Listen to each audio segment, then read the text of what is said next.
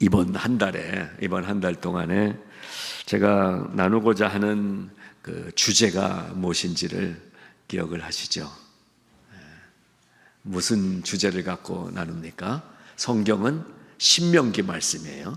신명기 말씀을 몇 군데를 정해놓고 이렇게 인생 얘기를 성경에서 배우려고 해요. 여러분 다 인생을 살고 계시죠? 혹시 견생을 사시는 분 계십니까? 세상에서 하나님 모르고 살면 인생이 아니더라고요. 견생이더라고요. 속된 말이지만 개 같은 인생들을 살아요. 그저 먹고 자고. 우리는 인생을 삽니다. 근데 아무리 인생을 살아도 이 인생을 살다 보니까 달콤한 날이 있는가 하면 쓰디쓴 날도 경험하게 됩니다. 신명기의 기록이 이 대표적인 백성인 이스라엘 백성을 보여주면서 하나님을 믿는 백성인데도 달콤한 시간들이 있는가 하면 아주 쓰디쓴 시간들을 경험하는 이야기를 보여주고 있어요. 그래서 이번 달 주제는 달고도 쓴 인생이란 주제를 정했습니다. 그래서 지난주에는 우리가 하나님의 약속이 있었다. 이 약속을 붙잡으면, 이 약속대로 살면 인생이 달콤하다.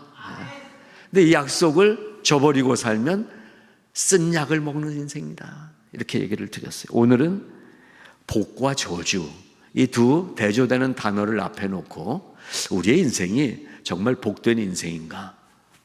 어떤 데 살다 보니까 뭐 저주받은 인생 같은 그러한 시간들이 왜 찾아올까? 복과 저주 앞에 서 있는 우리의 인생을 들여다보려고 하는 것입니다. 복과 저주의 이야기는 세상에서도 늘 관심 있어 하는 주제입니다.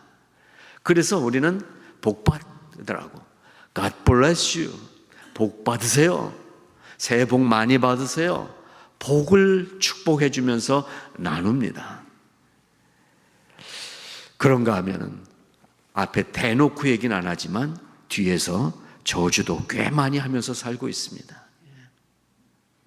그렇죠? 아닌 것처럼들 앉아있지 마시고 뒷얘기들 하잖아요. 복과 저주, 이 두 개가 있어요. 자, 이 복 받는다라든지 저주 받았다라고 말하는 사람들의, 세상 사람들의 생각은 어떤 생각이냐 하면 어떤 좋은 어떤 힘에 의해서 내가 복을 받게 된다는 것을 생각해요. 그런가 하면 내가 뭘 잘못했을 때 어떤 큰 힘이 있는 신이 나를 아주 못 살게 굴고 괴롭게 만든다라고 생각을 하는 게 세상에서 생각하는 복과 저주에 대한 생각입니다. 그래서 점집을 찾아가는 거예요. 복을 받으러 가려고, 복을 받으려고, 저주를 어떻게 피하게 하려고. 그래서 이 속에서 내가 갖고서는 뭐 하다 보면 부시럭거리는 사람 여러분 잘 살펴봐야 돼요. 부적 달고 다니는 거예요. 그러면 이 종이짝이 내 병을 고쳐줍니까?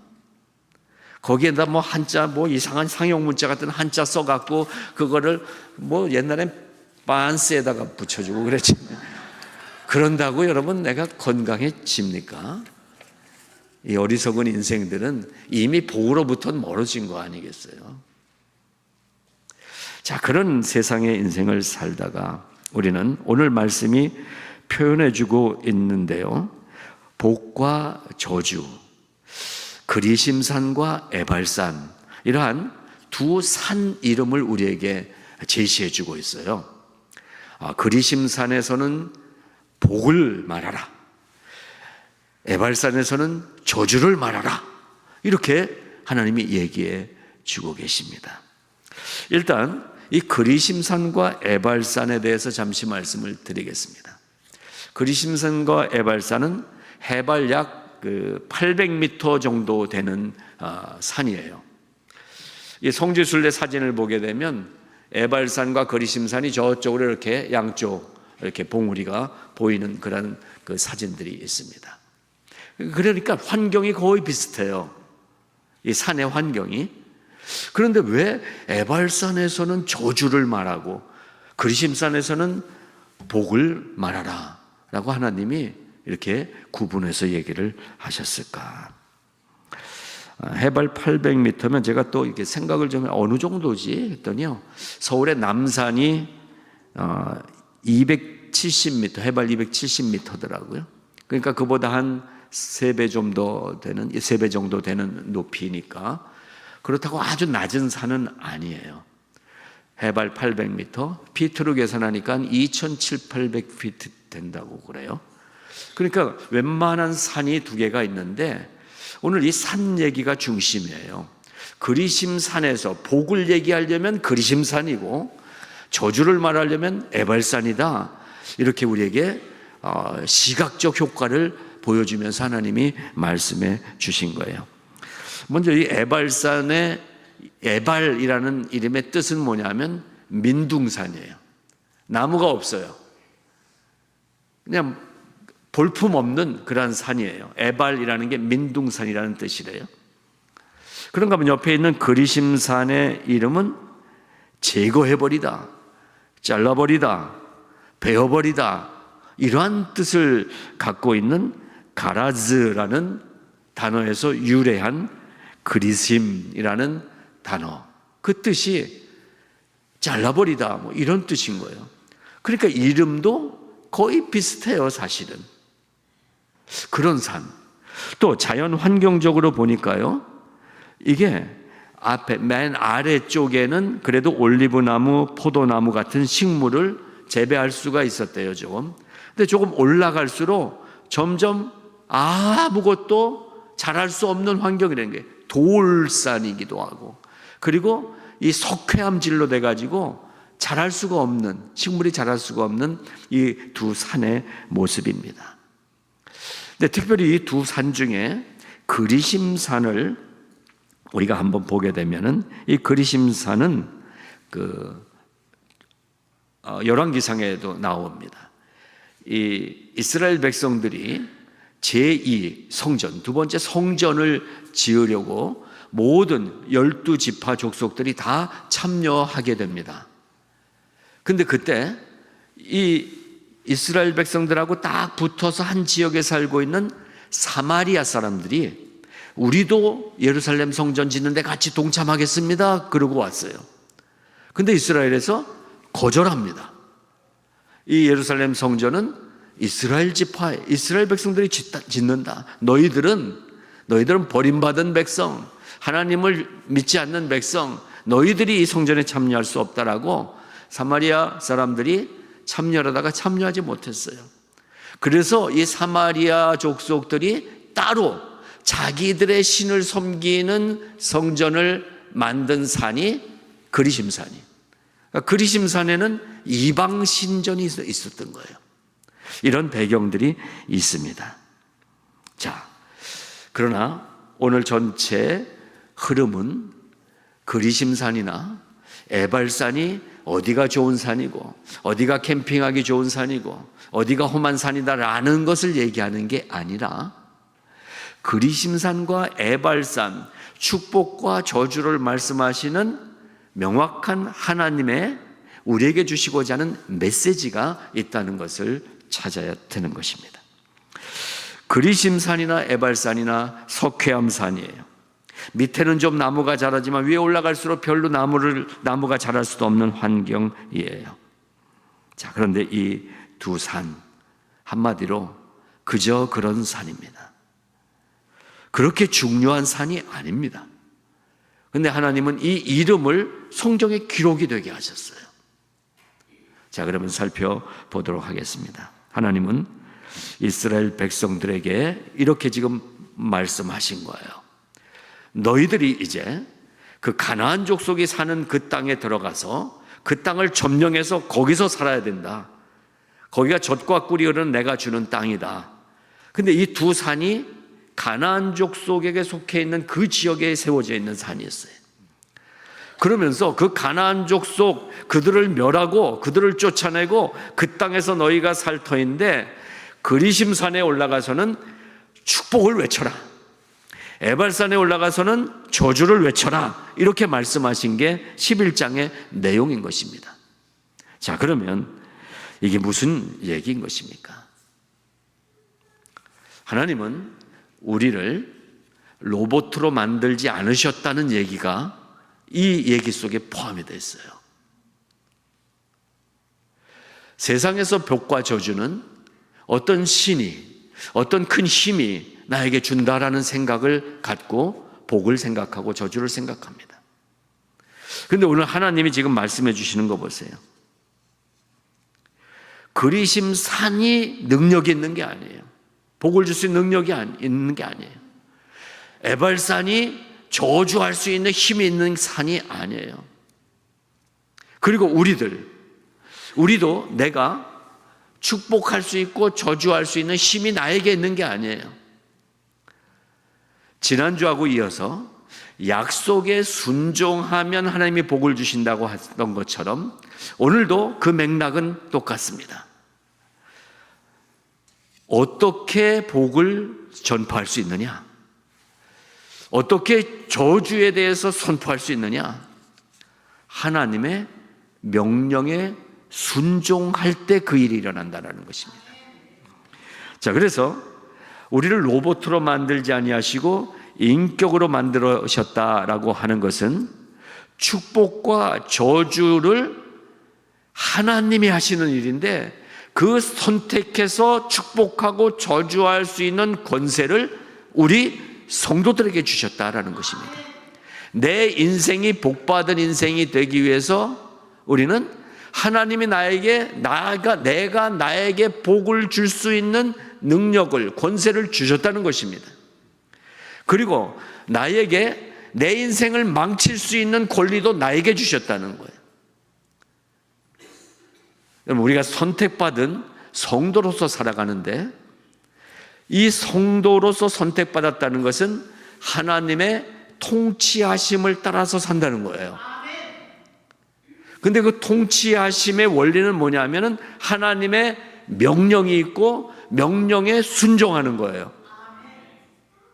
자, 그런데 하나님이 우리를 통치하시는데, 통치자는 원래 어떤 의미입니까? 우리에게 명령권자, 마음대로 하실 수 있다라는 거예요.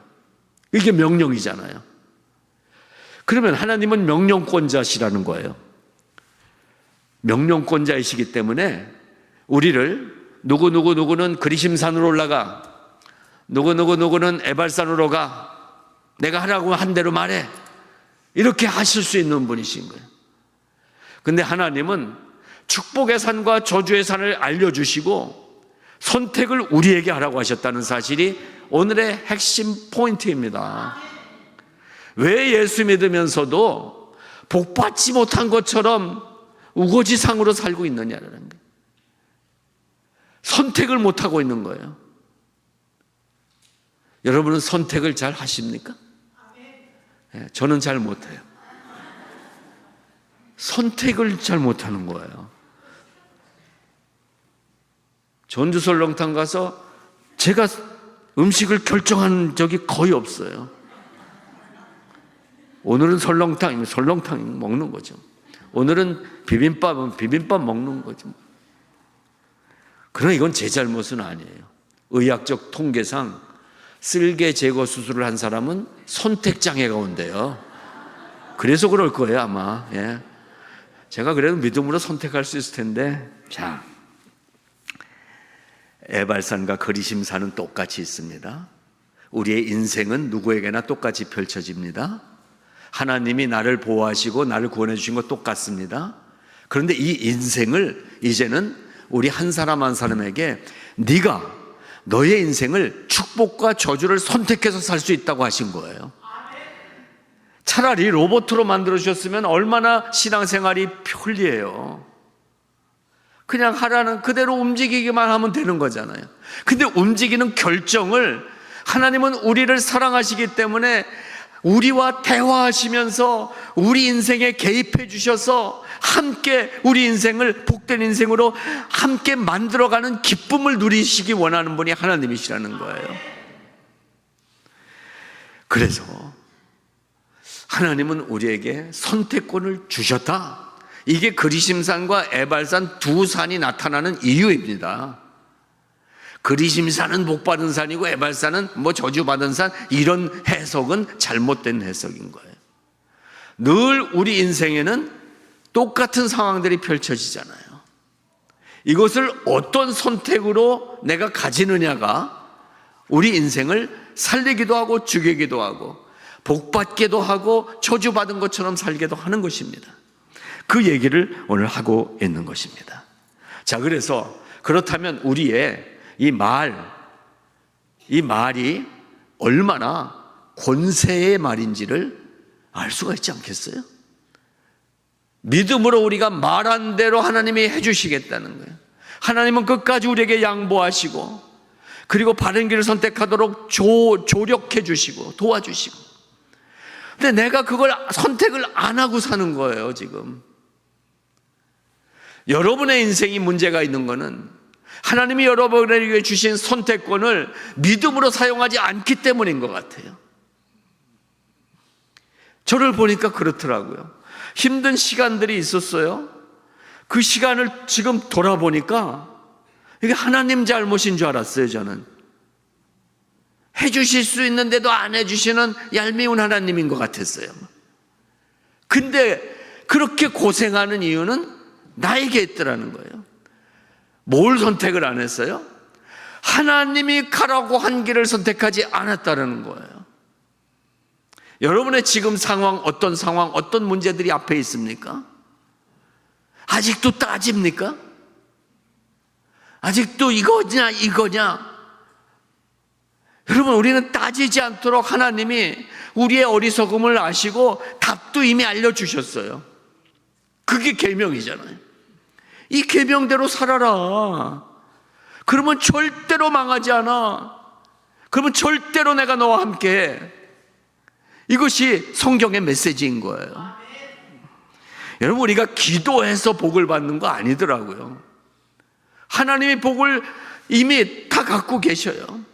우리에게 주셨어요. 그 복을 선택하지 않기 때문에 복받지 않은 인생이 되는 거예요.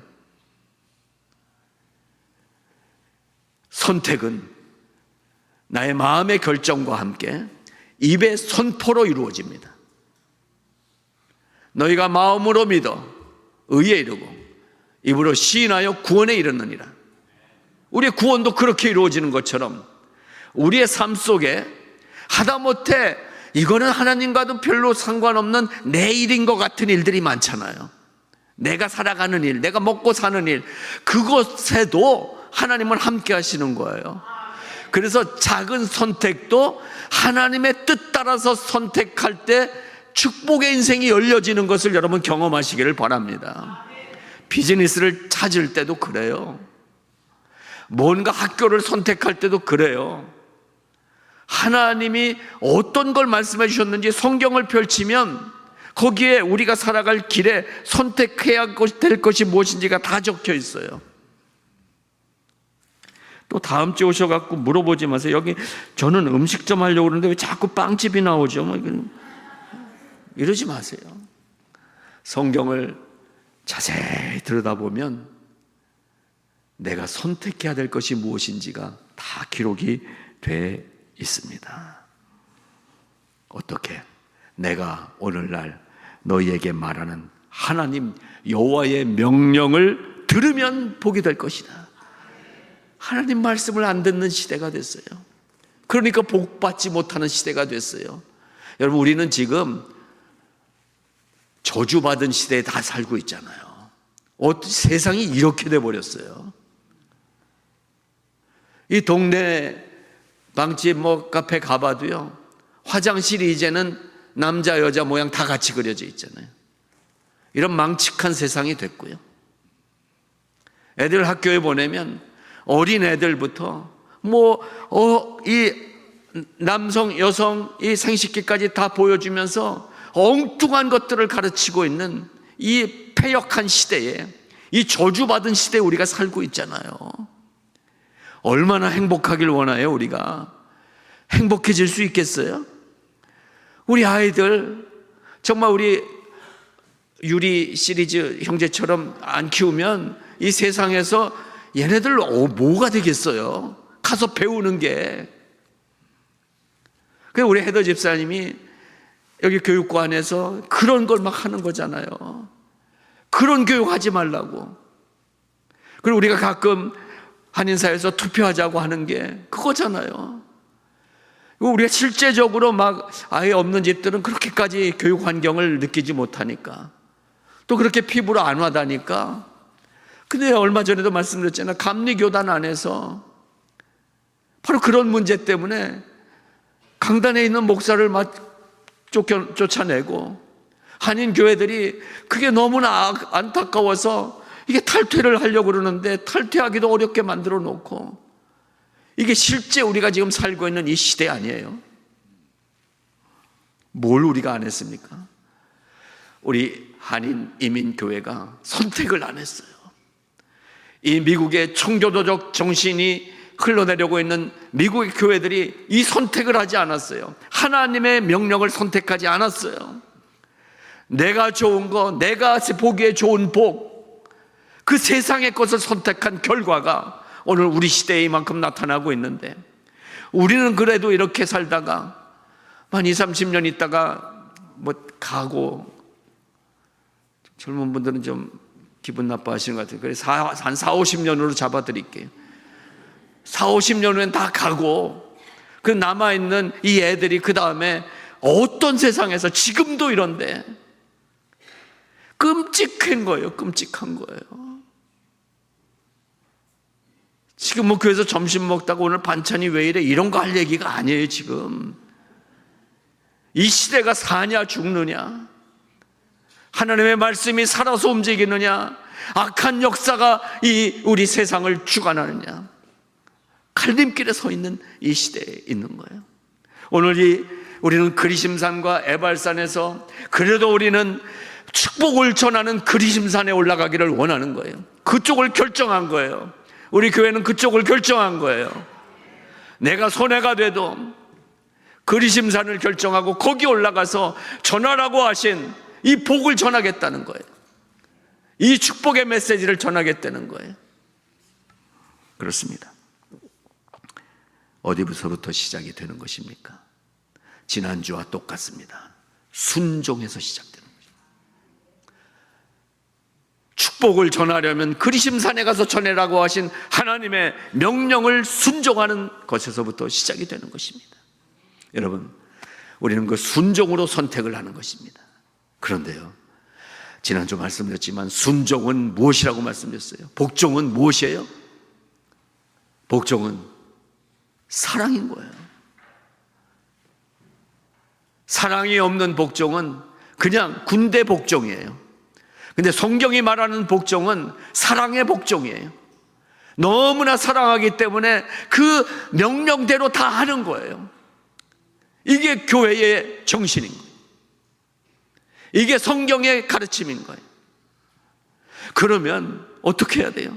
하나님을 사랑해야 되는 거예요. 하나님을 사랑하면, 내가 이제 교회 다니니까 담배 끊어야지, 술 끊어야지, 주일 성수해야지, 자꾸 이 계명으로만 들려오던 것들이 하나님을 사랑하면 모든 것이 다 감사한 거예요. 해결해야 될 건 내가 노력해서 하는 것이 아니라 하나님이 그렇게 되게 만들어 주시는 거예요. 그러니까 순종하자라는 거예요. 하나님께 순종하자. 그러니까 순종하자 그러니까 조금 이렇게 좀 그 거리를 두시려고들 그러더라고요. 말을 그래서 제가 바꿀게요. 여러분 편하게. 하나님을 사랑하자. 사랑하자. 사랑하면 정말 다 해주고 싶다니까요. 집사람한테 다 해주고 싶은 날도 있어요. 그러니까.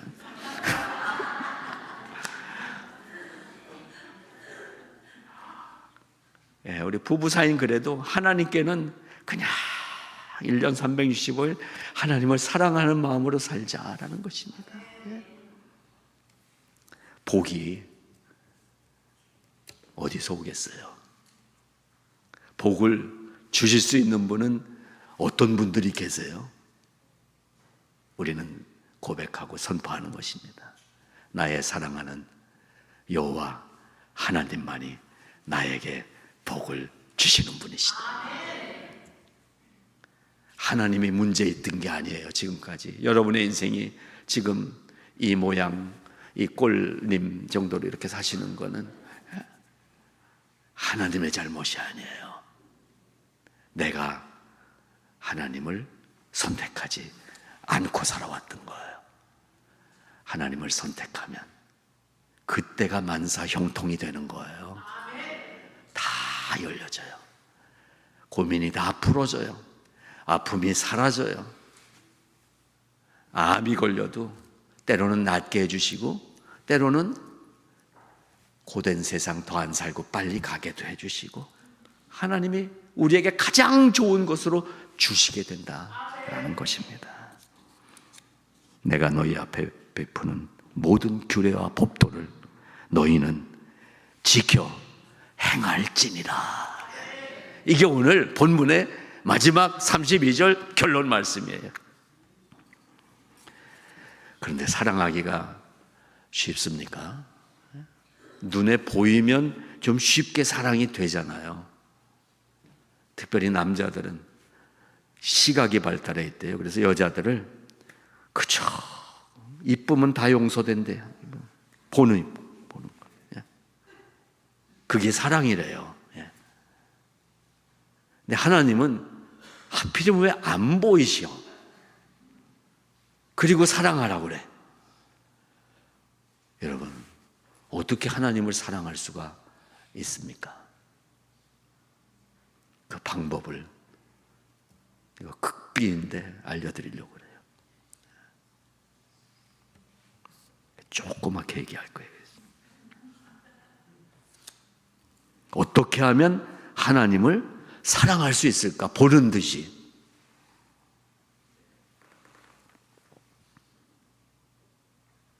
예수로 충만하네. 딴 거 없어요. 내 안에 예수로 충만해지면 하나님을 사랑하게 돼요. 여러분의 마음속엔 예수로 충만하십니까? 예수로 충만하십니까? 예수로 충만한 것은 말씀이 너무 읽으면 좋은 거예요. 그냥 찬송하고 싶은 거예요. 그런 충만함, 그 충만을 위해서 교회는 도와드리는 거예요. 성경을 같이 읽자고, 성경을 찾아서 우리 써보자고, 그리고 금요 찬양에 와서 같이 찬양하자고. 이유는 하나예요. 여러분을 도와드리는 게 교회의 임무거든요.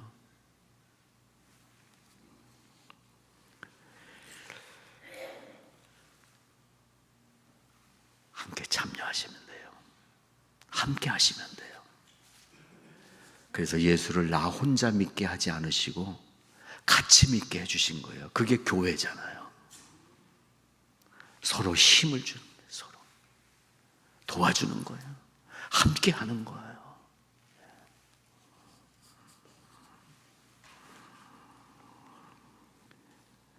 삼겹살 좋아하십니까?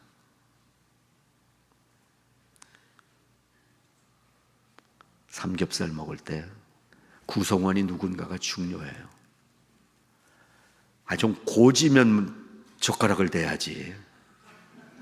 그냥 먹으려고 가는 사람이 있어요. 그러면 삼겹살은 같이 먹으려고 모인 무리를 분열시킵니다.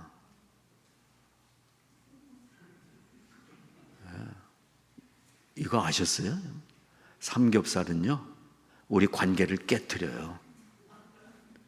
아니, 저건 집에서 고기 좀 먹고 다니지. 그냥 이런 데 오면은 좀 고지면 먹든지 뭐 이러잖아요. 삼겹살이 아닙니다. 삼겹줄은 끊어지지 아니하느니라.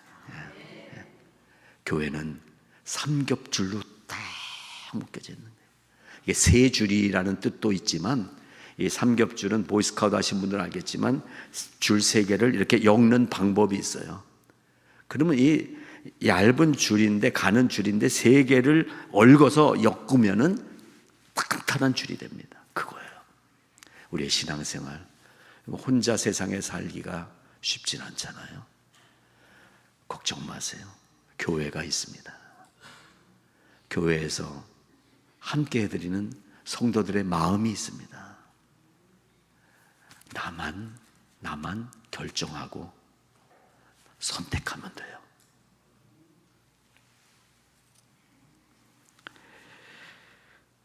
그렇습니다. 하나님을 사랑하고 그분을 경외하는 것이 나의 삶의 모든 것이 되는 것입니다. 이것을 우리 믿는 것입니다. 믿을 때 이해가 되게 해주실 것입니다. 이해하고 믿으려고 하지 마시고 성경의 말씀을, 여호와 하나님이 나의 통치자이시고 여호와 하나님이 나의 전부이시라는 사실을 믿으십시오.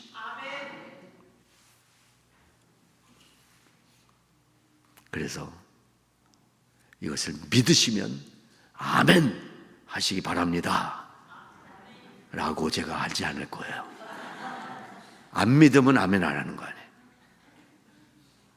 그래서 잘 듣고 아멘 하세요. 믿으시면 아멘 하십시오는 기도원에서 하고, 오늘 이 말씀을 믿고 아멘 하십시오. 믿고 아멘. 여기에 우리를 하나님의 파트너로 생각해 주신, 나의 결정권을 나에게 주신 그 결정권을 사용하는 시간이 바로 지금인 것입니다. 안 믿어져도 믿고 아멘 하는 거예요. 아멘은 옳소이다. 그렇게 해 주실 줄로 저도 믿었어요, 하나님. 아멘. 아멘이 열리시길 바랍니다. 그리고 하나님을 찬양하는 거예요. 할렐루야, 할렐루야. 얼마나 감사한지 몰라요. 저는 영어는 그렇게 배워도 안 되는데 하늘나라 언어인 할렐루야, 아멘은 금방 외워지잖아요. 오늘은 기도원식으로 마무리하겠습니다. 양해하시고 목소리 작은 분도 우리 한번 고백을 선포해 보겠습니다. 자, 허리를 펴시고 이 등에 허리를 대시고 엉덩이를 뒤에 탁 붙이시고, 예.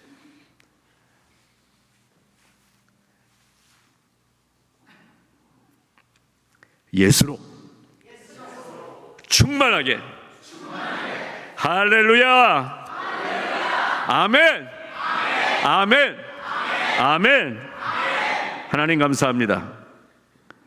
이제 하나님을 선택하는 용기가 생겼습니다. 나의 선택에 하나님 복을 내려 주시옵소서. 하나님을 찬양합니다. 할렐루야. 하나님이 나의 인생을 통하여 영광받아 주시옵소서. 그리심산에 올라 내 이웃을 위하여, 내 가족을 위하여, 이 세상을 위하여, 저들을 향하여 축복을 선포하오니 주여, 우리를 통하여 이 세상이 하나님께로 돌아오는 놀라운 복이 임하게 하여 주시옵소서. 오늘 이 말씀대로 복과 저주 앞에서 우리는 이미 복을 선택했사오니 저주에 있는 저 세상 사람들에게 우리가 노방전도하며 복음을 전하며 저들도 이 복의 자리로 옮겨올 수 있도록 하나님 도우시고 역사하여 주시옵소서. 이렇게 우리가 이 복음 선포의 사명을 감당할 수 있도록 교회에 복을 주시고 힘을 주시고 은혜를 허락하여 주시옵소서. 예수님 이름으로 감사하며 기도드리옵나이다. 아멘. 아멘.